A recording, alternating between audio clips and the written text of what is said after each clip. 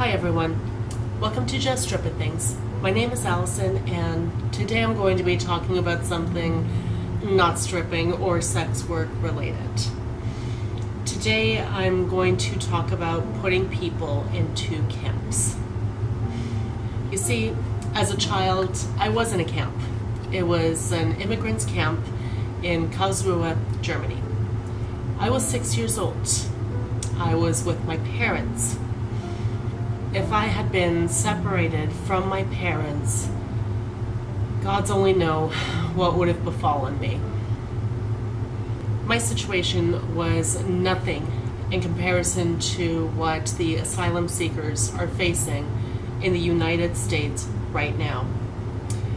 We're seeing this on a mass scale, widespread and rampant due to the zero tolerance policy and new restrictions on seeking asylum, all passed by Jeff Sessions, Attorney General of the United States of America, Jeff Sessions, who was deemed too racist to be a federal judge in the 80s. This is not a drill. Children are being put in cages. Children are being drugged without consent, without their parents there to look out for their well-being. Children are being put in places with rules like no hugging. If you aren't outraged by this, what the fuck is your damage? I'm sure when people talk about putting asylum seekers and refugees into camps, they have a vision in their head of a nice, kind, humane camp. I was in what one could call a very nice camp. I was with my family. I had a bed. I wasn't confined to a cage or a cell. Hugging was not forbidden. In theory, we could be kids. We stayed in a tiny room. There were these metal-framed bunk beds on both sides of the room, kind of taking up most of it. Closets, maybe the size of 2 high school lockers, but that's kind of hazy. A lot of the memories are just hazy flashes, little bits, since I was only 6 years old, and my family didn't talk about it much. We weren't the talking about things family.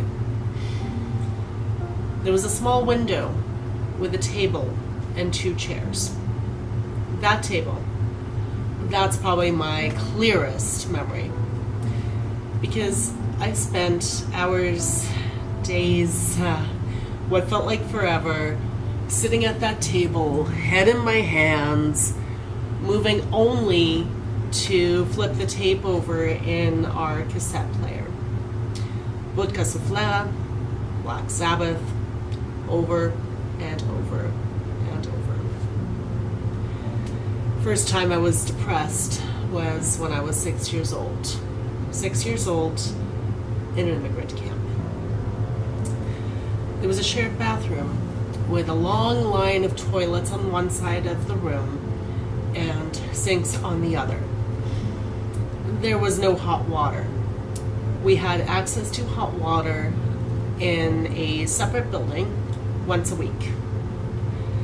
My mom made me wash up every night, straining and stretching my little kid legs to reach up and wash my feet in the sink, brushed my teeth in cold water.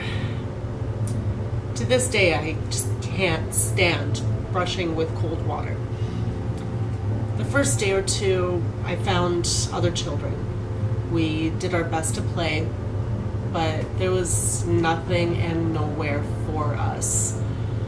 We went into the recreation building and watched adults play pool. Pretty much just the adult men were playing.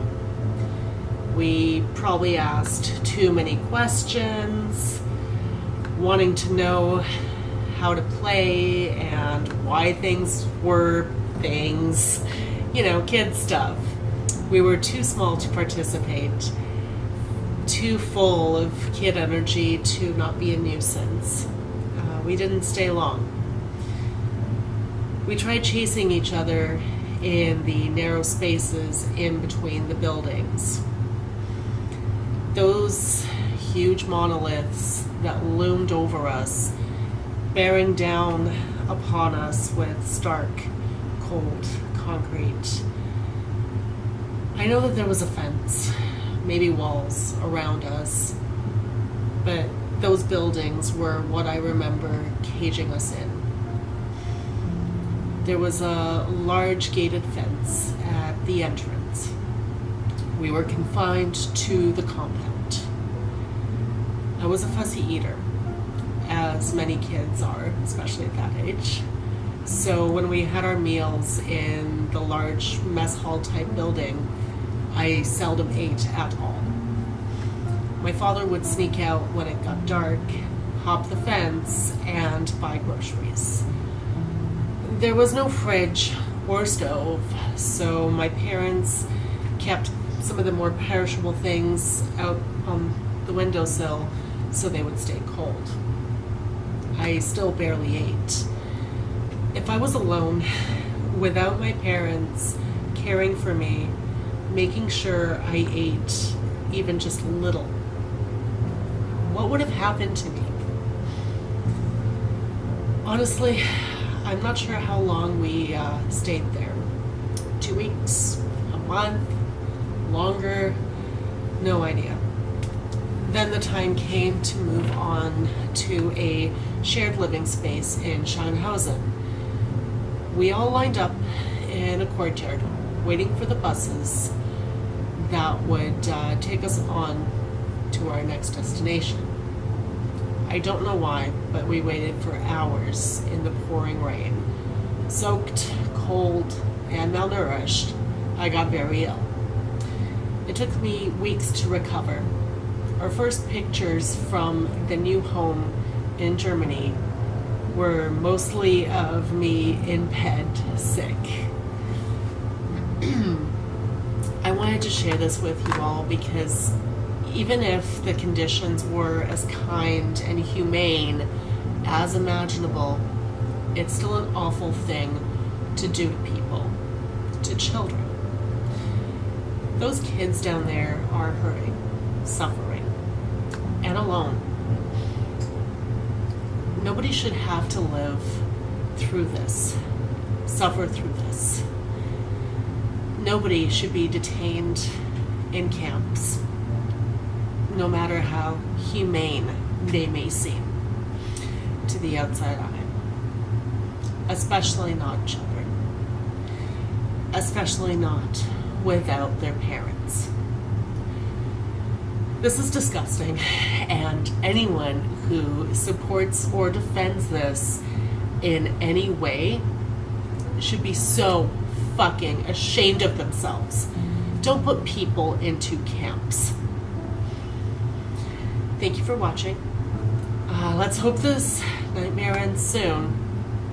Take care of yourselves, each other, and all our fellow human beings.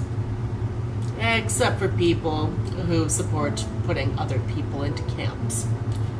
Fuck them. There's a lot of black people have given their lives. But I also know it was people like Andy Goodman, Michael Swerner, and James Chaney that gave their lives in the state of Mississippi, that all of us would have a better chance. And when they died there, they didn't just die for me, but they died for you, because your freedom is shackled and chained to mine. And until I'm free, you are not free either. And if you think you are free, you drive down through Mississippi with your Wisconsin license plate, and you will see what I'm talking about.